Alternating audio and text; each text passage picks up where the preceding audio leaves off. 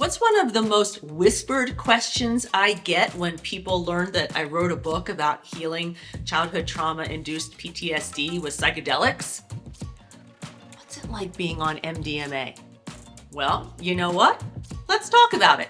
Hi, everybody. I'm Jill. Welcome back to the Journey Sage, and this is the channel where I talk about the process of healing my childhood trauma-induced PTSD with psychedelics. And today I want to focus on my experience with the prescribed psychedelic MDMA. And I want to preface this video. This is my experience in a very therapeutic process and way. If you talk to people who have experiences in a recreational way, it's probably very, very different. So I just want to be very focused that this was in a therapeutic construct. All right. So first of all, there are some people who argue that MDMA should not even be classified as a psychedelic because it does not produce any of the fancy visuals that we all think of when we think of psychedelics. For me, I took the pills, they were in pill form, and I just kind of sat back and relaxed. I did not see any visuals, but I could tell pretty quickly that my body was calming down. It was almost like an end of the day when you come in from work and you're just starting to relax.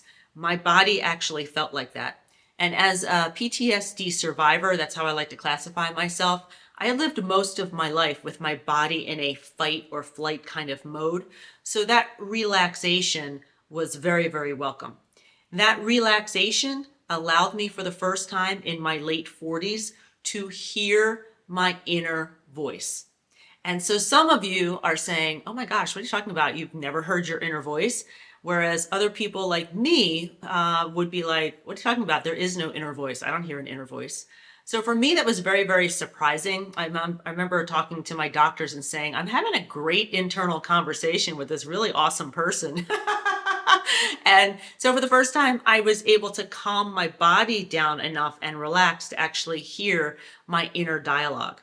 Now, what's interesting is that when I talked to my doctors, I did not sound drunk. I didn't slur my words. Things weren't incoherent in any way, shape, or form. You know, I was lucky. I had 2 voice recordings almost immediately after the journeys given to me. And, you know, I just kind of expected Jill's voice to be like how I am after maybe 2 margaritas. That wasn't the case at all. I was extremely coherent, very, very clear, very assertive, kind of very much me unfiltered, and that surprised me.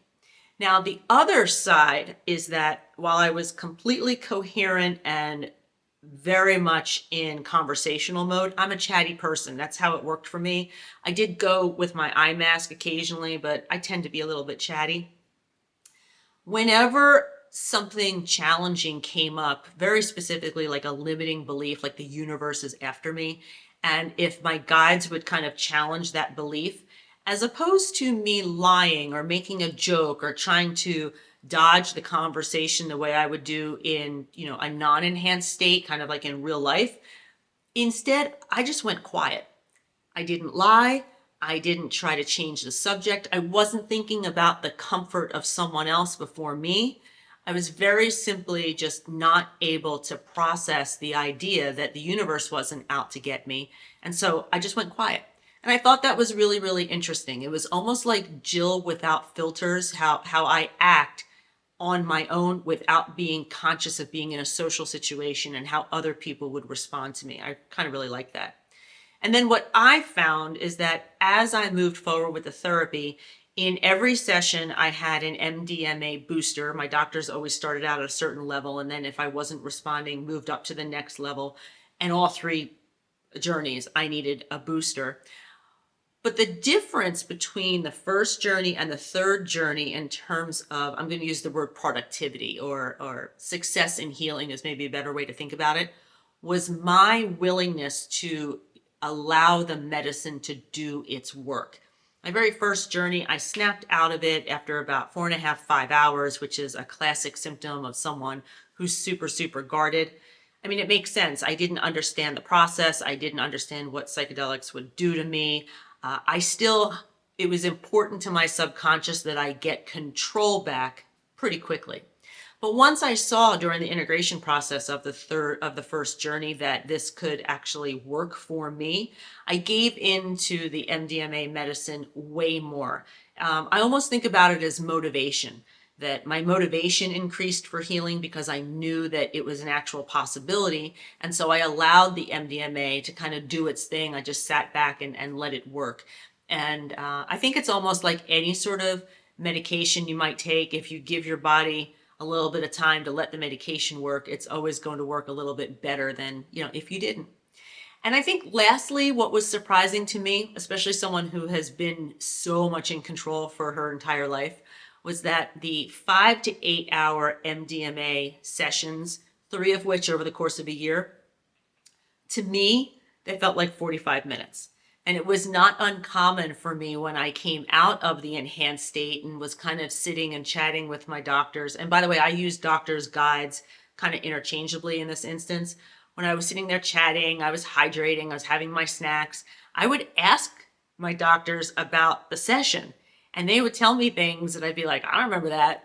Did that really happen?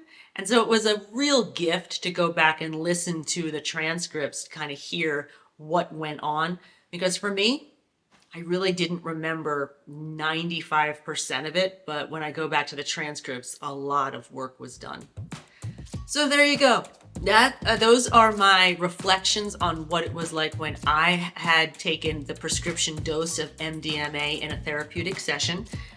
Any additional questions, please feel free to list them below.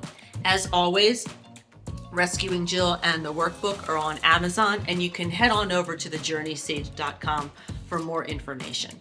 And so until next time, take care.